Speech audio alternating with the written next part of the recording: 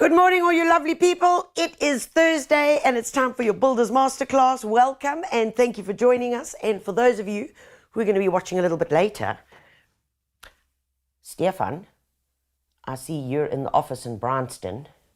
Hope your boss is not watching. Anyway, welcome guys. And for those of you who are going to watch a bit later, welcome to you as well. So we've got a big topic today. Books have been written on it. And if you start scrolling the internet, you are going to get so confused. So confused. And if you're a beginner, or if you're even advanced, I'm sure there are going to be one or two things in the next 45 to 50 minutes that you are going to be able to implement at home. And that's what's most important. Importantly, veggie gardening needs to be easy. If it's not, you're not going to want to do it. And if you're not successful, you're going to be like, this is such a drag. I really am not in for this. And it's those fundamentals that if we get them right, all of a sudden, we're champions. Yeah, we're champions. I did see a meme, which I really do have to share. It was very, very funny. It was of course, the Olympics have just been, and the Olympics were amazing. Some very interesting sports that I had never discovered before that I saw were now Olympic sports. I think gardening should become an Olympic sport. And for that, I think that all of us would have medals about Yothic, like all around us. Because if I had to give myself a medal for every time I bought a plant, I'd probably need a warehouse. But that's the cool part about gardening, because it's infectious, it's contagious, and you just want more. So guys, let's get to it. First of all, let's see who's here. We got somebody dying of COVID at the back there. No, really, they're not dying of COVID. The coughing is Kevin at the back, who's in charge of all the cables and everything. So do forgive him. I'll give him something later. I won't say what. Oh my goodness. Right, guys, who's here this morning? Tyrese, how do I say that? Tyrese, that's a very interesting name. Good morning from sunny Joburg. Guys, I was in Joburg yesterday and it was like Gone with the Wind. I have to tell you, I have never experienced such revolting, awful weather. We were at a trade show and there was this big, massive tent, like big. It's dry. The grass is all dry. The wind is coming up, 49 to 50 kilometer an hour gusts of wind. I saw gazebos turn inside out. I saw soil removed out of plant bags and like taken down the road. Yeah, it was hectic. So I hope the wind has died down there, guys. And I really do hope that a little bit of rain is on the way. Terry Lee, good morning. Sibasiso, good morning. Stefan, yes. Oh, okay, Stefan's answered. Garden is growing, but so is the white mold and ever-annoying aphids and red spider mites. Starting seeds inside as they are doing okay. All right, good. Stefan, we're going to work on that, and I'm going to tell you what's going on. But I want to know, where is the white mold and where are the aphids and the spider mites? Because I'm getting a bit worried. So tell me what they're on so I can help you out there. Renata, good morning from PE. Wind was very strong yesterday. 66 kilometers in one stage. Oh my word, got to hold on to our wigs, darlings. Hi caramba. Eventually I was so cold yesterday, and true story, I was so cold. I had a jacket. I went and I got my pajama top that's got like a hoodie. Not that anybody knew it was my pajama top. It didn't have pajama top written on it. But I took it and I had my cap on and I put the pajama top over my hat, my cap, and tied it over here. And I don't know what I looked like. But anyway, I was warm. And one of my colleagues actually bought a pair of gardening gloves off someone's stand because her fingers were cold. It was miserable. Right, who else is here?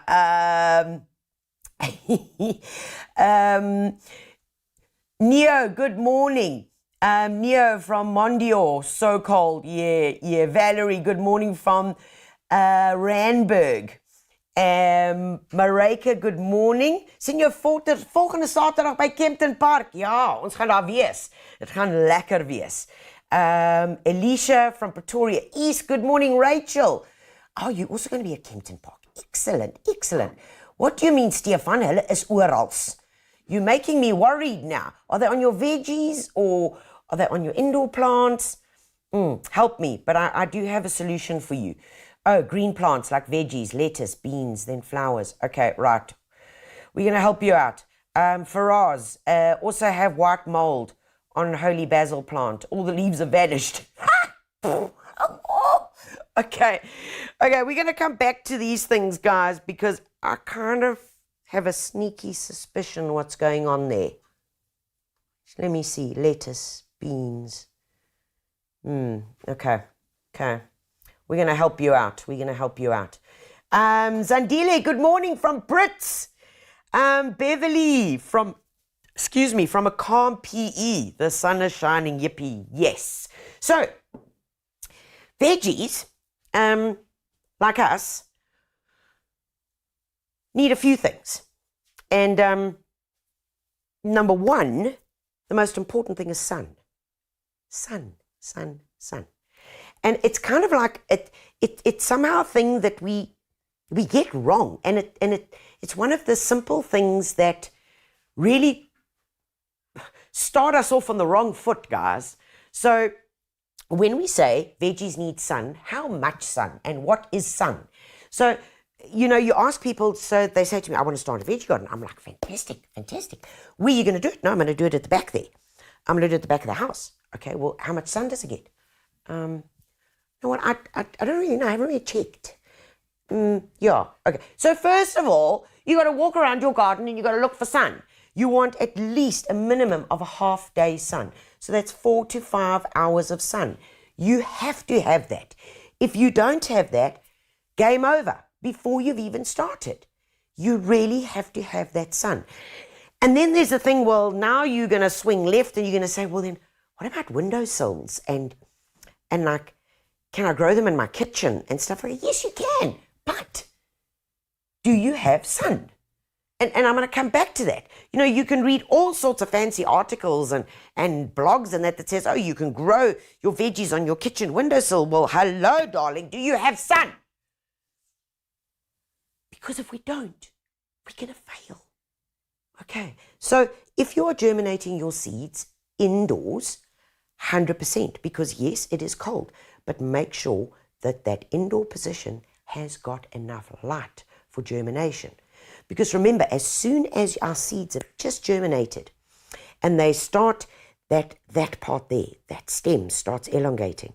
As soon as that starts shooting, because it grows really, really fast, what is the plant going to look for? Sun.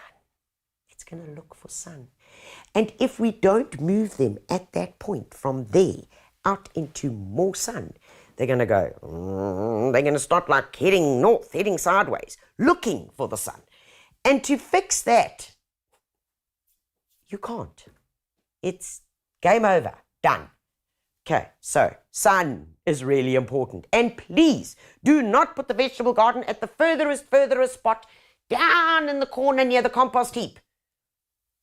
Out of sight is out of mind. Out of sight is out of mind. Because let me tell you, the best intentions in the world, you will not walk down there. You're not going to go down there. You'll want a tracker attached to you before you walk down there. Do you know? Yeah, I mean, we literally have got to put it so that we fall over it, so that we can see it and witness it in the morning with our cup of coffee. You know, walk out, take a look. How are you doing, lettuce? No, I'm all right. You've got to look, you've got to see. Okay, right. Who is here? Felicity. Felicity, yeah. Hi, Felicity, from a sunny Hillcrest down the road. I've started with trail mix and compost extract water for soil improvement, or at least a try. Well done, Stefan. That's going to help you, but I'm going to give you some other things that are also going to help you. Right. Okay. So let's get to some of the basics, and I am going to come back to the white mold and the aphids. I do promise you that. Right. So where can I plant them? If you don't have a big area And oh, guys, please, if you're like early teenage development stage of growing veggies, please do not go and dig up the entire back garden, like 100 square meters. I'm now going to become a subsistence vegetable farmer. Bite-sized chunks. You only eat the elephant in bite-sized chunks. Little bits. Small wins, they say. Small wins. Get the small wins, and you kind of get pumped up, hey? Pick your first good, healthy leaves. You get pumped up. Okay, but don't make it too big. You've got to be able to control it, guys. It's like anything. You've got to be able to manage it. And this is, it's another, and it sounds so simple, but that's where people go wrong. And it devastates me because it's like then they think, and you think you failed. I was so bad at it. I'm never going to do this again. No. Okay, right. So if you don't have a big garden, where else can I grow? Can I grow? Of course you can. So come and have a look over here. I want to show you some options that are really simple. We've used them a lot around the garden. We've even just put them, just outside the office because they're there. They're simple. So, okay. So first off are these guys over here. Let's get this out the way here. So these are some wooden boxes. They really are incredibly good. It's a mix of their Saligna and pine in here. They do last a long, long time. I've had a few of these for years and years. And the nice thing is, okay, so let's say during the height of summer when veggie gardening can be quite a challenge, it doesn't have to be a veggie garden anymore. You can just plant up some beautiful color. All right, so you don't have to be limited by it. But there are a couple of things that I want to show you. And what's most important is this over here. So these are the boxes. All right, you get them in different sizes. There is a third size as well. And they really are very well built. And I say that they last forever because they do. They are well built. They've got some legs on the bottom. Okay, important. Such a silly little thing. But when you want to move it, you can at least get your fingers underneath here. Plus the other thing, it helps with drainage. And finally, when you are watering, the water can then pour through here and out it goes. But most importantly, for moving them around. Okay, so a couple of things that really make life a whole lot easier and will make your journey a bit more successful is to get some of this stuff. You buy it in a pack. It's called weed control fabric, all right? And it's nice and easy.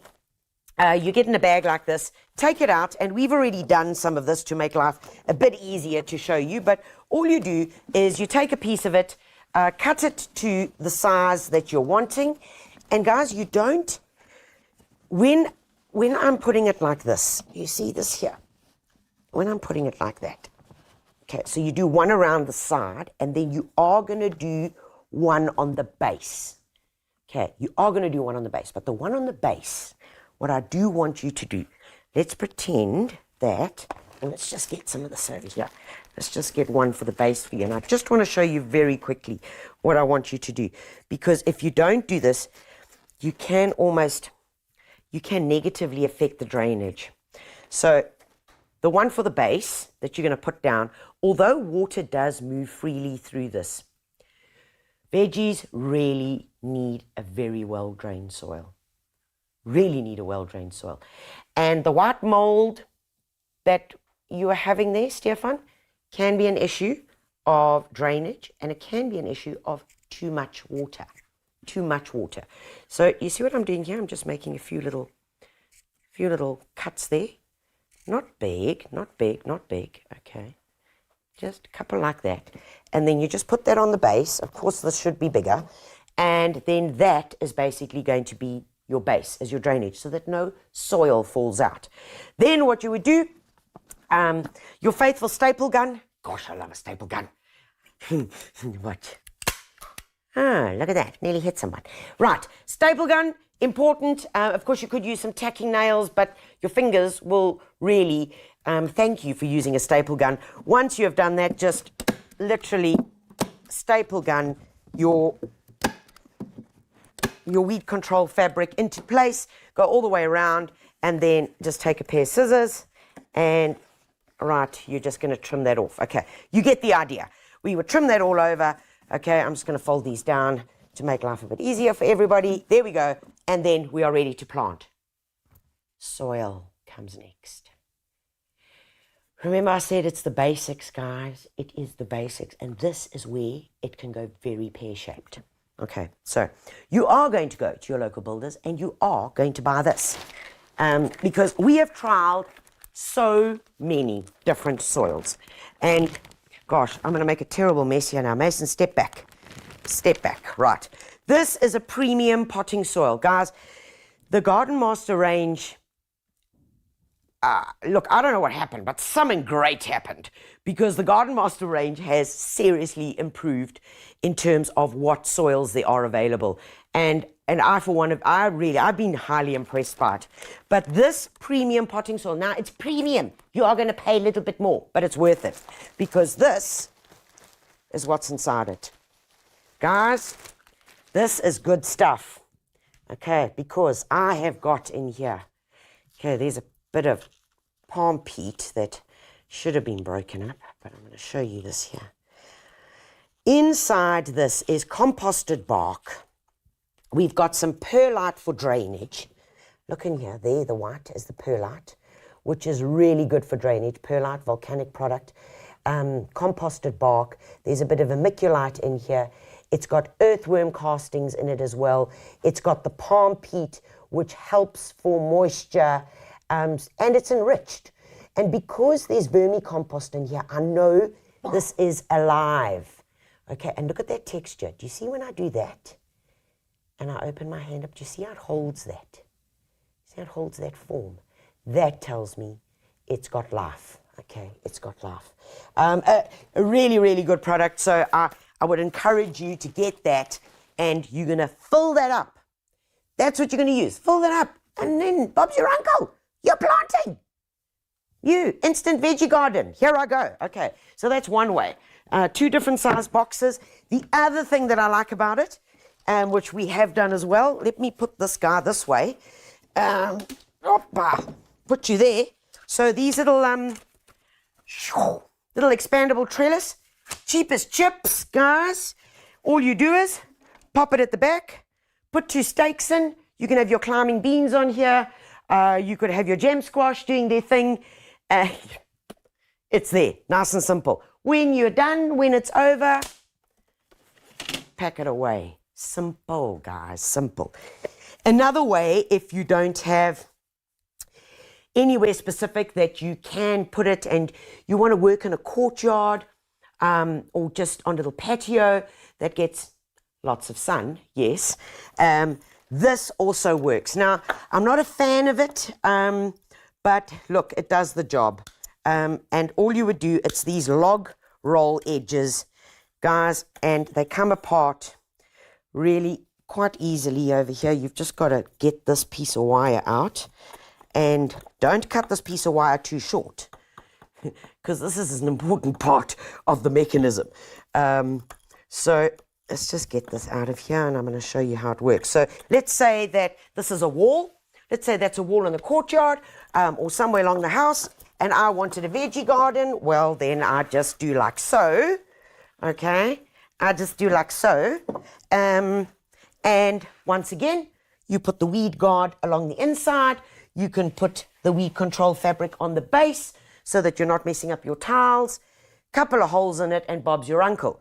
You could also then just simply take it like that, join these 2 together, tie them up. That's why that little bit of wire is there.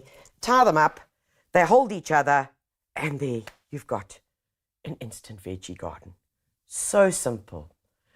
I mean, there's not even bricks and mortar involved here. And if all else fails, a good cable tie holds a lot of things together. So those are some quick, easy wins, guys, on, sure, look at me. Looks like I've been rolling in the sand, which I probably have been. Quick, easy wins on how to create a veggie garden which is controlled and that you can work with. Okay, right, next thing. I hear of a lot of people saying, geez, I'd love to grow beans, I'd love to grow some pumpkin, I'd love to grow climbing things, gem squash, but I don't have anything for it to grow up. Then you end up going and buying a roll of wire, and you end up buying a whole lot of stakes, and then you want to cement them in, and big engineering situation. Not necessary, guys, not necessary. And for that, I want to show you these 3 pieces of trellis. Now remember, when your gem squash or your pumpkin have finished and they've done their thing, you take them down and you stack them away. You put them away in a safe place. And it's really easy, and it actually helps, especially in the heat of summer. So all you would do is 1 piece of trellis here, all right? Stake into the ground, one of those like bamboo stakes, or those green ones that you can pick up at your local builders. Couple of cable ties there. I'm running out of space here. Mace, I'm going to come round to the front here. Gosh, I really am running out of space. So I'm going to put that over there, okay? And let me just grab my other bit over here. And we're going to put this guy over here. Okay, Kev, get in here. You're going to have to help me here. And we put one over here. Nice and easy. You hang on to that. Now remember, we've got the stakes in there, okay? We've got a stake, we've got a stake, we've got a cable tie. And then this guy on top. Oh, look. All of a sudden, we've got a little arch. We've got somewhere where our gem squash can grow up. They can then drop through, and underneath the shaded area, guys, the shaded area, the dapple shade, it's not shade, the dappled area, perfect for lettuce, bush beans, all those softish things that we almost want to protect from that harsh midday sun. So simple. I mean, yeah, really, we can do this. Thanks, Kev. Okay, let's take this thing down. And remember, all it is a couple of cable ties, huh? And Bob's your uncle, and life is done. Right, there we go. Thank you. Alrighty. So we've shown you some of the basics. The last one I'm going to show you is probably the easy, actually the two more I want to show you. Come along with me this way. So, once again, people say to me, I don't have enough space. Nonsense, guys. A pot, a really good wide, you notice wide. This is what we call a 55 centimeter pot. Nice and wide at the top, also good, nice and deep. I have used the premium potting soil in here, premium potting soil. Very simple. Punnet of lettuce in here. I've got a bit of baby spinach. Got some baby spinach in there. 3 bamboo canes. Climbing beans over here, climbing beans. Tie the stakes together at the top, and then a little terracotta pot just to finish it off. You could have so many of these. You could just have them going wherever you would like them in and around your space. 1 punnet of lettuce will give you leaves for at least 2 months, and you can start picking within 2 weeks of planting. Easy, simple. And remember, the beans, you literally just plant them right here. Pop them in. It's two beans, okay? 1, 2. Why 2? Because the one that germinates the slowest, you're going to sacrifice. Yes, you have to. Because the one that's quickest to germinate is going to be the one that's going to give you the best yield. That is a proven fact. Oh, lettuce is sweet. Very, very important. I'm going to say it again. 2 seeds. The one that germinates the fastest is the one you're going to keep. The other one you're going to sacrifice. So it's kind of like you're weighing up your chances. Okay, but I like this. Simple, easy, guys. All right, and then for the really lazy gardener. Oh, come on, I can't even believe I'm going to show you this, but I have to. Same thing. Premium potting soil. We know in here it's got the perlite, it's got the vermicast. What is vermicast? That's worm castings, worm poop, in other words. So you've got some nutrition in here. And guys, this is for, I don't know, choose your fruit. Very, very simple. You take the bag as it is. You've seen this all over. I'm sure you've seen it, but I don't think any of you have actually done it. Make some little, there we go, see there? Little crosses. Okay, little crosses like that. It's got everything it needs in here. All right, it's got everything. What we're going to do is grab a little, stay where you are, Mason. Stay where you are. Take a little stick, poke a few holes in the bottom for drainage. Nice and easy. Grab yourself a little bucket. All right. And Chinese greens, tsatsoi, or pak choy. Pak choy, tsatsoi. This is tsatsoi. Tsatsoi lower, the big ones. You know when you go to those Chinese restaurants and you see these lovely green things in there? That's what you're eating. It's this here. It's wonderful. It's an awesome, awesome little leafy green. This is the one that gets taller, much, much taller. You can even eat the flowers, but wonderful source of greens.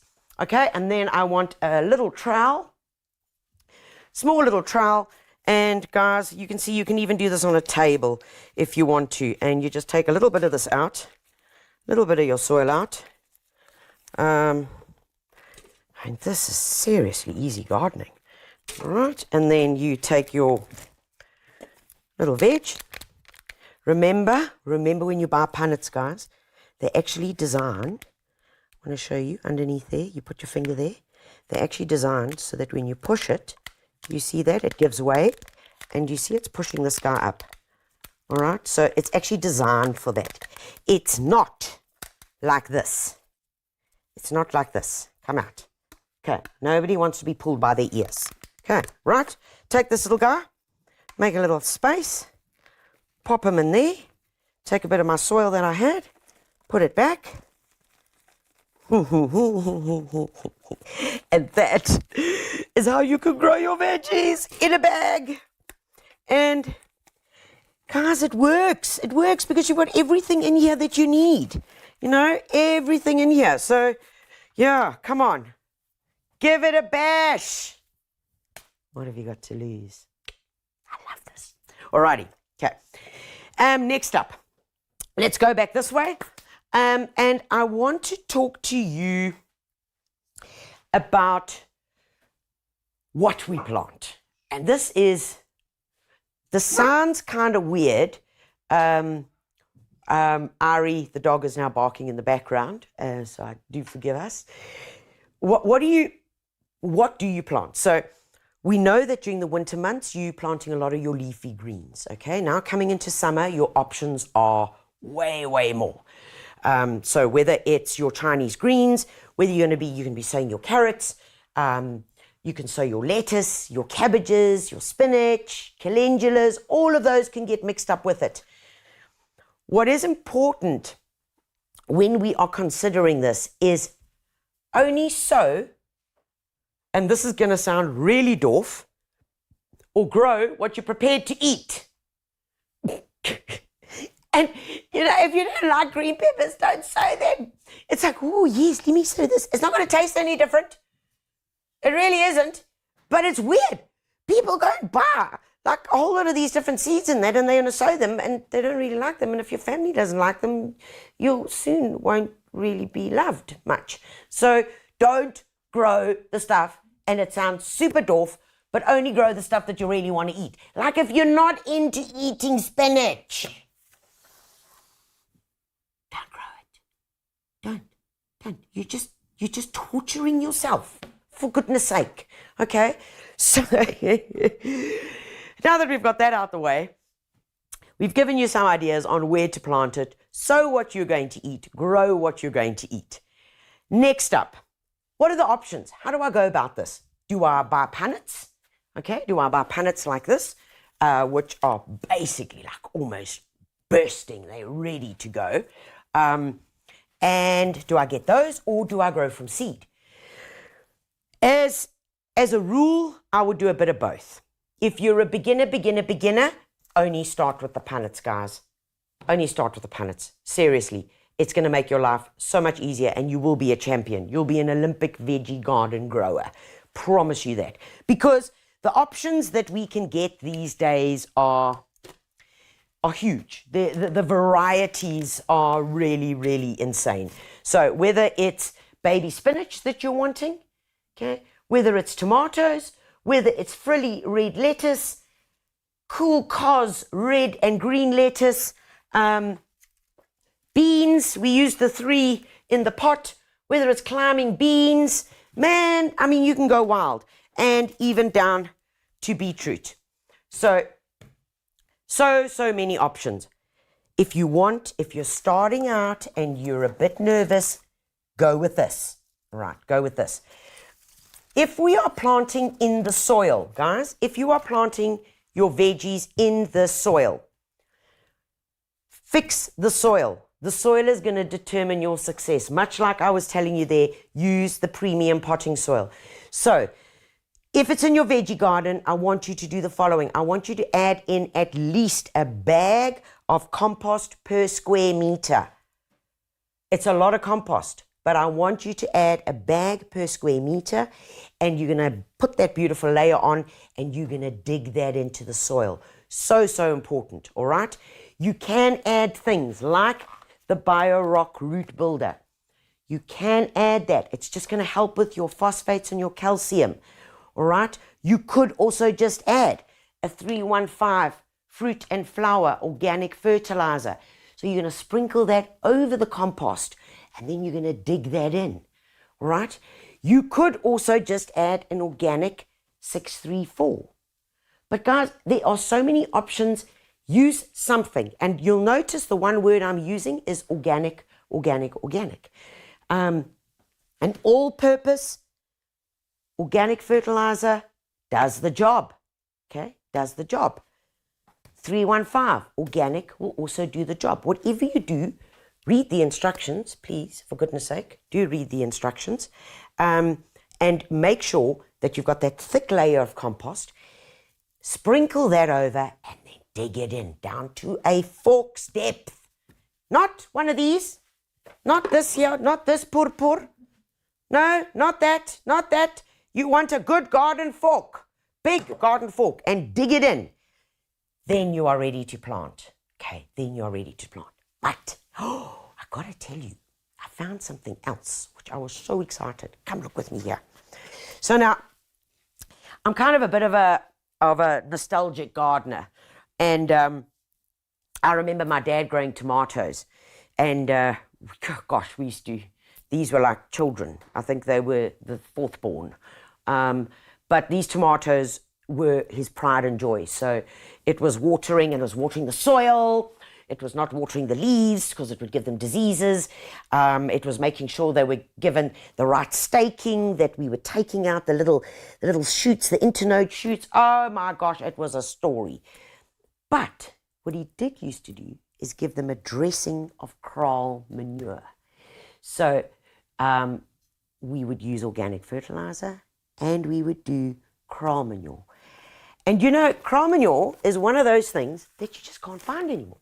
You just can't find it. Good, old-fashioned kraal manure. But just look at this color. It's dark. It's crumbly. It smells good. And I really mean smells good. This as a top dressing around established veggies, around them. Or when you're preparing with your compost and your organic fertilizer, and maybe 1 or 2 spadefuls of this. Gold. Absolute gold. So I was very excited to find that. Okay, right. Next up, let's just pop these over here. So that's your soil prep. Okay, guys? And remember, we are feeding the soil. The soil is where it's all got to start. So from sowing seeds, guys, we've shown you sowing seeds many, many times, but I'm going to give you a quick rerun through that so that you're all on the same page as me and that we're going to get this thing going. So what I want to show you is this. Now, if you were going to be starting indoors, inside, 100%, do you know what it's about? When sowing seeds, either directly into trays or into the garden beds, it's all about control. Remember I said to you, it's about being able to watch. Things like carrots, even your beans, you can sow directly into the veggie garden, 100%. And I would even encourage you to do bigger seeds like beetroot straight into the garden. However, from a control point of view, and especially if you're kind of new at this, even if you're not new at it, I really find it so much better to sow first into trays, and from there I then move it out. So much better. And of course, really nice and easy, what we do is we use our beautiful palm peat. Okay, I'm not going to go through the whole process, but this one block is going to give me 9 liters of amazing, okay, beautiful palm peat, which we are then going to put into here. We can also use these little guys. These are brilliant, by the way. Brilliant. This is molded cardboard. So for your bigger seed, this is for your bigger, yeah, definitely bigger seed. So I would put literally 2 beetroot, 2 beetroot, 2 beetroot. Okay? Right, that's what I would do. And then as you want to plant them, so you just tear it off like that, as it's germinated, and it's got to what we call the 4-leaf adult stage, you take this whole thing with it and plant it. This whole thing and plant it. Because what happens is, this of course is just cardboard, so as it gets wet, and you'll see once you've started germinating, this starts changing color and that, and it's fine, but this eventually just breaks down. And what you stop is you stop what we call that transplant stress, okay, which really is a great, great help in terms of gardening, because very, very often we find the transplant stress from there or from there into the garden is where things start going what I call pear-shaped. Okay, so, however, I want to show you a quick trick, just a quick tip. Now, let's say I'd bought a tray of Swiss chard. We all call it spinach, but it's actually Swiss chard. So, say we bought this, and I'm now going to take this and put this into the veggie garden. Instant little trays. Hello, my boy. Rolo's come to visit. Come and say hello to everybody. Come and say hello. Say morning. Morning. Just don't stand on my computer and push the wrong buttons, please. So, let's pretend that this is the garden, all right? And we're going to be transplanting directly in. When we buy punnets, I want to show you, and it's just a way of the world, that there's more than one seed that has been put in one little punnet here, but they just keep them growing, all right? So, like, and I want to show you, very, very typical, in this beetroot, there's 1, don't jump, 2, 3, 4. There are 4 seedlings in one little punnet. That's in one little cavity. Now, if I were to take these and plant this, hey, but what's going to happen here? We're not growing bunches of beetroot, eh? And it's like such a simple step. From there to there is where it goes wrong. It's so simple, and yet this is where things go wrong. So this is what you need to do. You've got to open these up gently, and you'll see I'm just teasing it. Just teasing so that I'm keeping the roots all together. I'm still keeping the roots intact, but I'm opening them up. And then all I do is, into the ground, I would then plant, there is my beetroot. Okay, there is my beetroot. And out of one cavity, I've now got 4. Perspective has just changed. Life's just a bit different.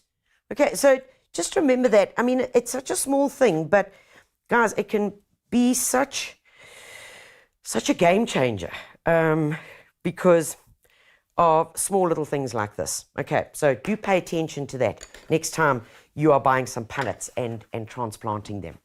Alrighty, so from seeds to instant guys like this, and I want to talk a bit further about seeds. Oh, and by the way, let's talk over here.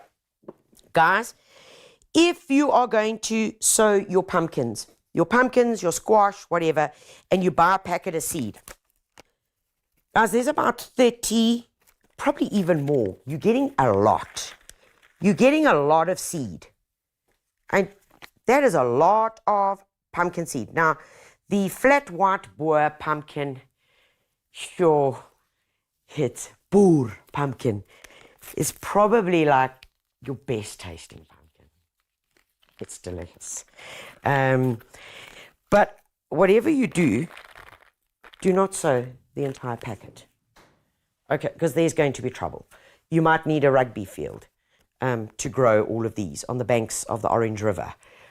So do not sow all of them. So what we do is, because we don't have enough space, most of us don't have enough space, all you're going to do is sow 3. 1, 2, 3. There we go.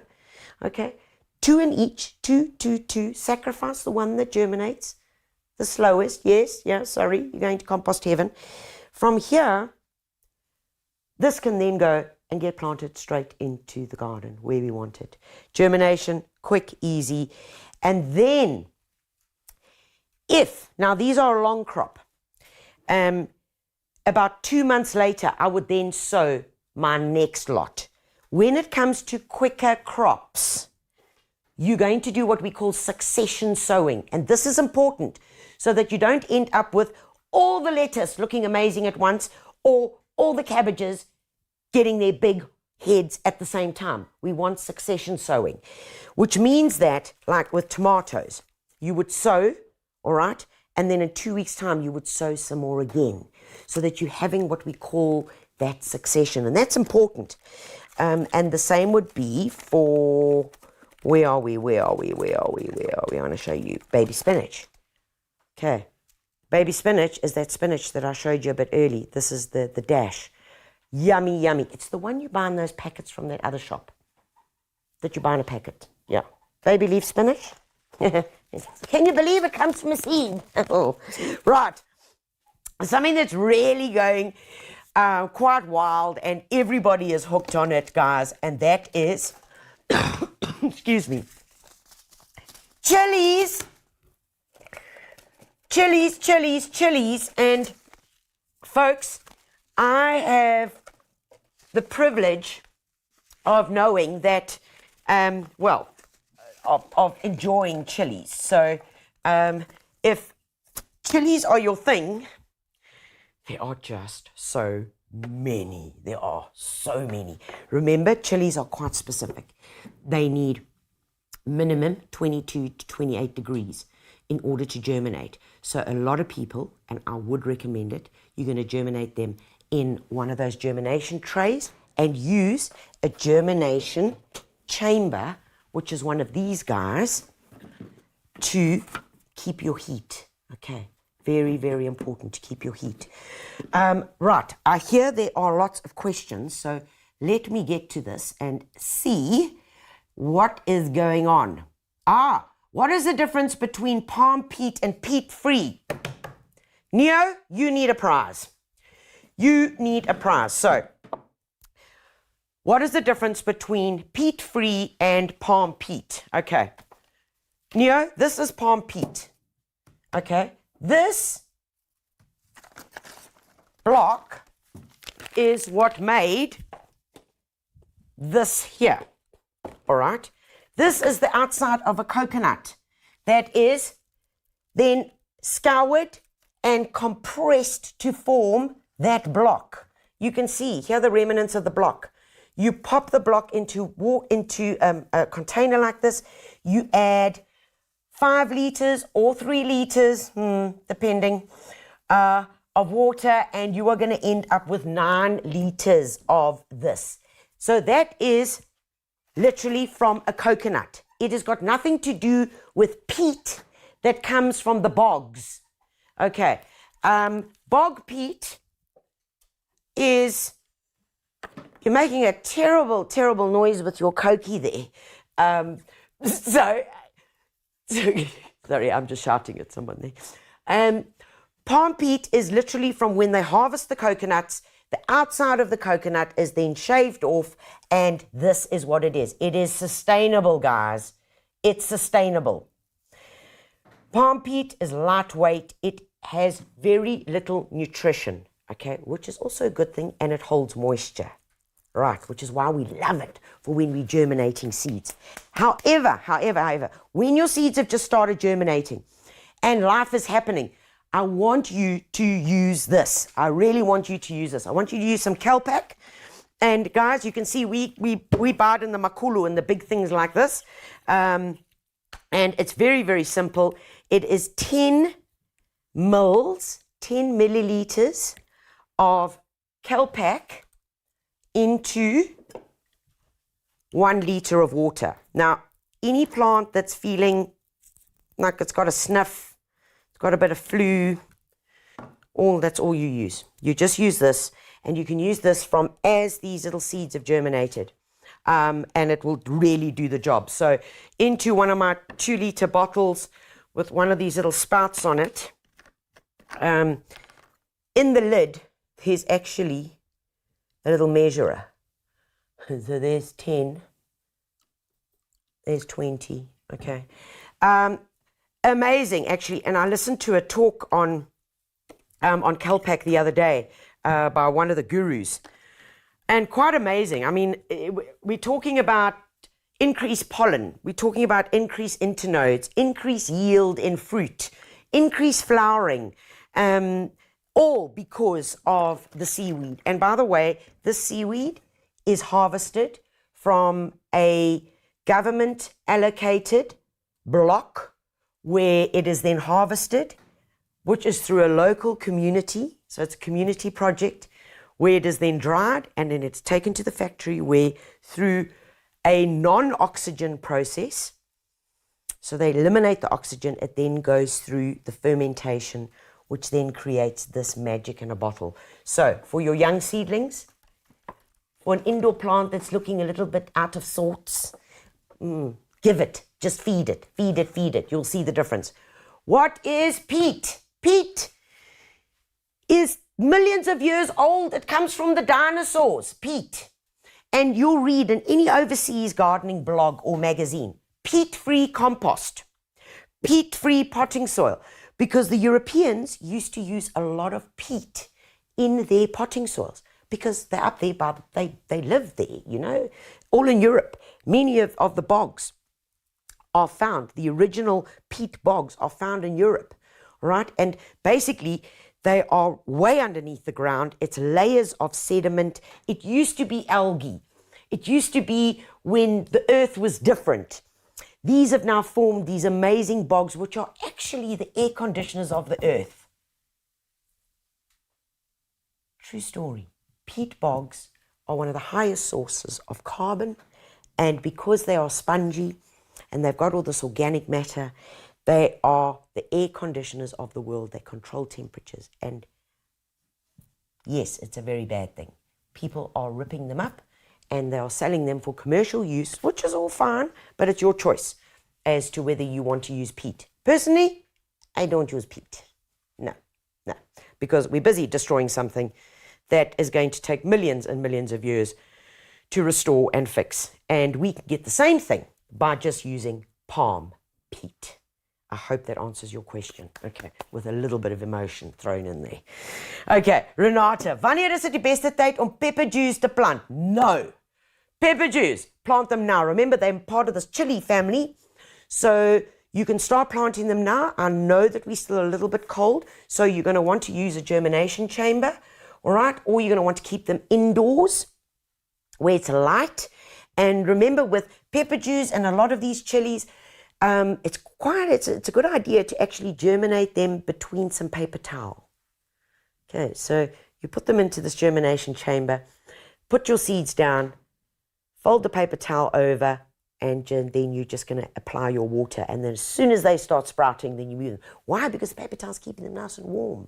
Okay, so that's one way, especially with these, with your pepperdews, chilies and that, and especially your high-end stuff, like if you've bought a ghost chili and you want that seed to germinate. Okay, right. What's wrong with my strawberries? Last year they were large, red and juicy, but this year they aren't forming. They're tiny, a sick white color, and are just shriveling up. Aha. Lauren, strawberries are greedy feeders. They are hungry, greedy, like monsters. You probably found that the strawberry plant that you had last year was about this big. Maybe you bought a few. And now it's that big. Okay. Strawberries need to get lifted and divided almost annually, especially if they're in a garden bed. And what happens is, it's with that overcrowding. They're starting to overcrowd each other and they're not getting enough nutrition. So, what I would do for now, because it's kind of like a little bit late, you've already got the fruit on it. Remember, when is the best time to divide them? Is when they are finished fruiting. Okay, finished fruiting. So, you're going to have to hang tight with where you're at. What I do want you to do, and here we're coming to the red spider. Okay, we're coming back to the red spider whose name was Stefan, to the red spider. I want you to turn that leaf over of the strawberry. And then I want you to take a white piece of paper, plain white A4 paper. And I want you just to tap that leaf. You're holding the leaf the right way up now. And tap that leaf. And, excuse me, if you see some little brown dots starting to run across the page,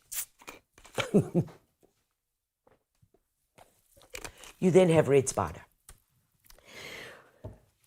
So let's go over that again. Take the leaf, like that, okay? Hold it that way over a piece of A4 white paper. Tap, tap, tap, tap, tap, tap. Look, if the dots start running, you know you've got red spider. They are minutely small. Red spider attacks plants. Sorry, I have to cough. But a frog. Not a red spider in my throat. Red spider attacks plants when they are under stress, and especially when it's dry. So it does make sense, Stefan, that you might have red spider, and I'm thinking on the following things. Strawberries are prone to red spider. Beans, any pumpkins, any pumpkin family, whether it be squash, butternut, red spider loves it. How do we treat it? We can treat it with oleum, which is an oil.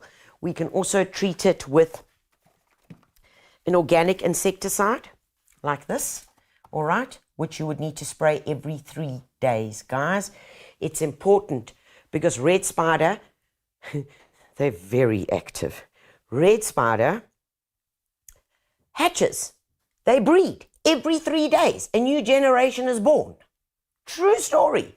So with red spider, you got to club it. You got to spray. Day 3, spray again.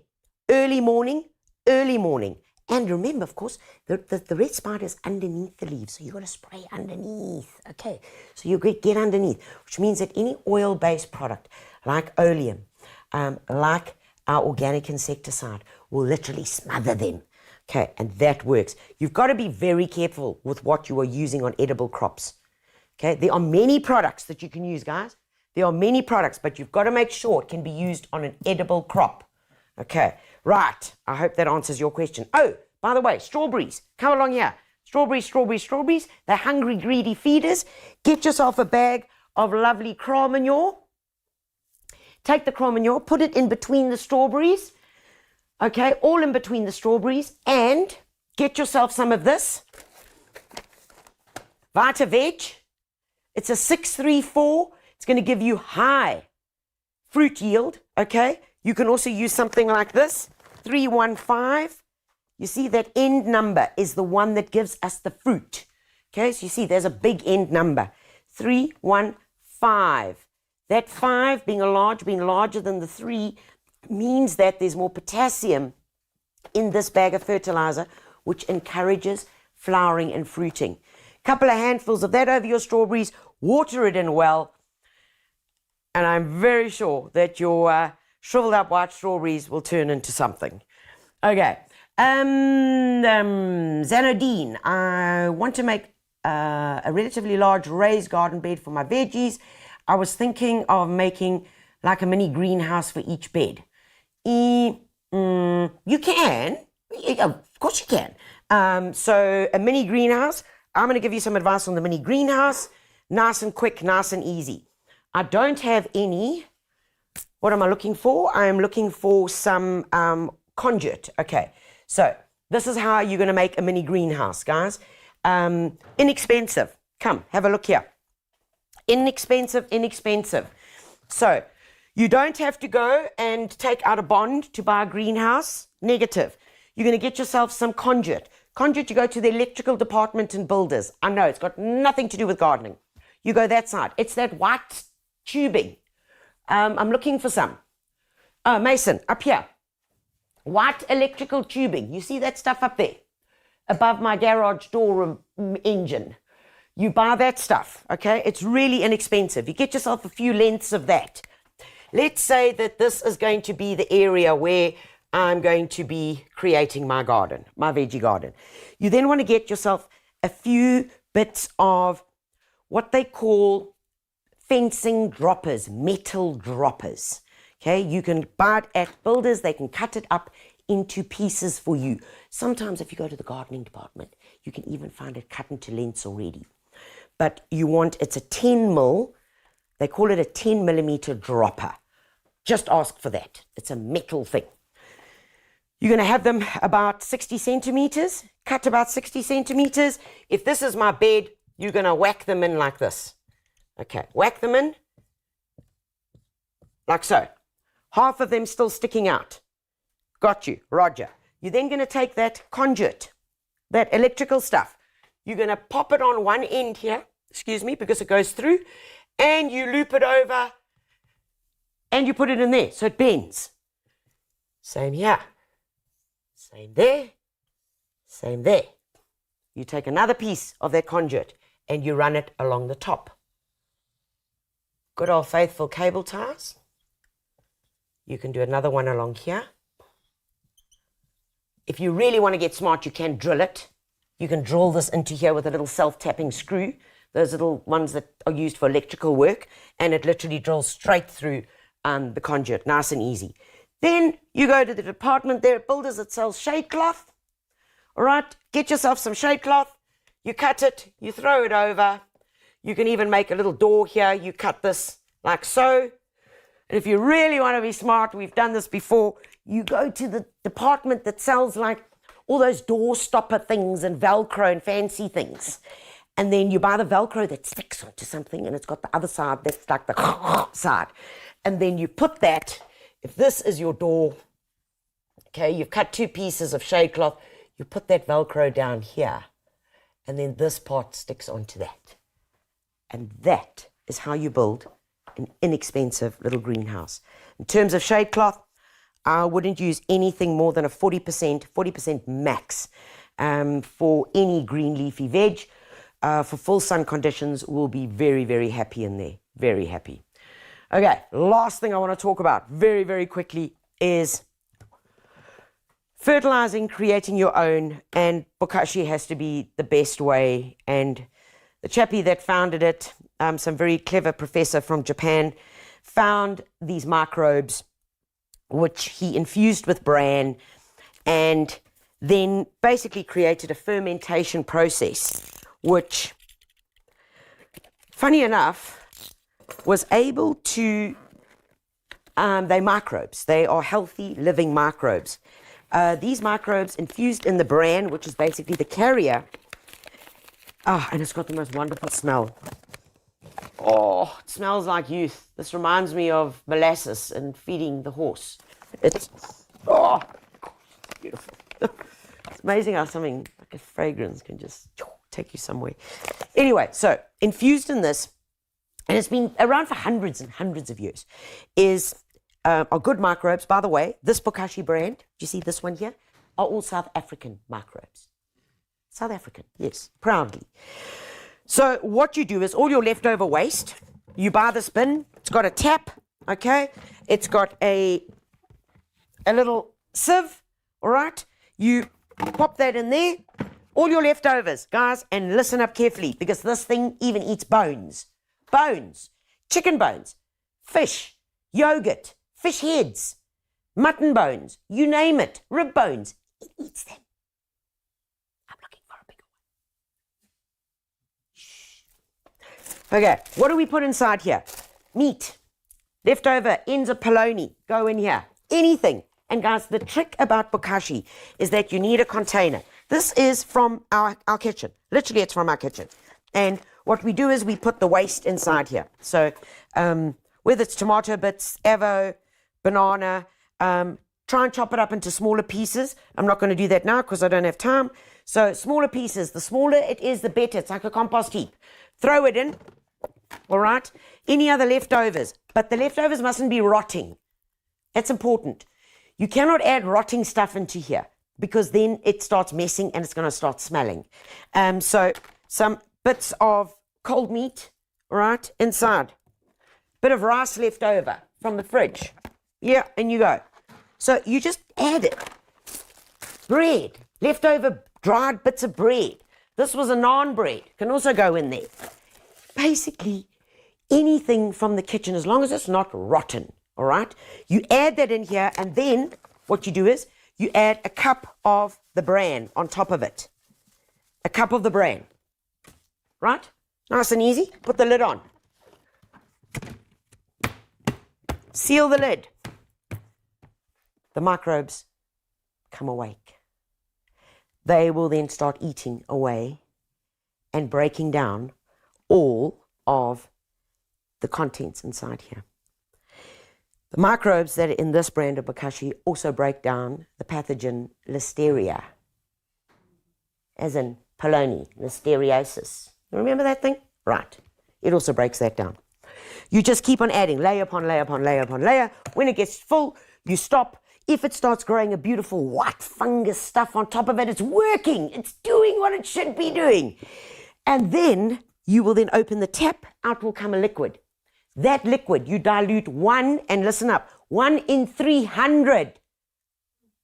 1 part of bokashi tea to 300 parts of water. Imagine all of that stuff now. Imagine all the nutrition in there. Insane, guys. And you use that on your soil. Water your plants, feed your plants. When this is all broken down, at the bottom, you're going to be left with it's almost like an amoeboid jelly-like thing. This is when everything has been broken down, which is full of the microbes. You take that, dig a hole in your compost heap and throw it inside there. If this starts smelling funny, it means you're not using enough bran. Add more bran.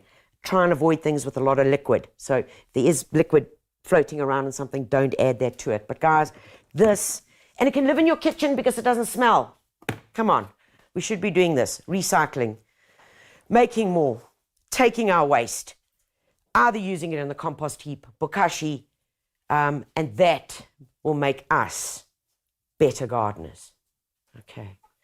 Folks, I don't know where the time has gone, but she has run away. Oh, and eggshells. Eggshells. It eats eggshells too. Okay. Right. If you don't have enough inspiration, there's more.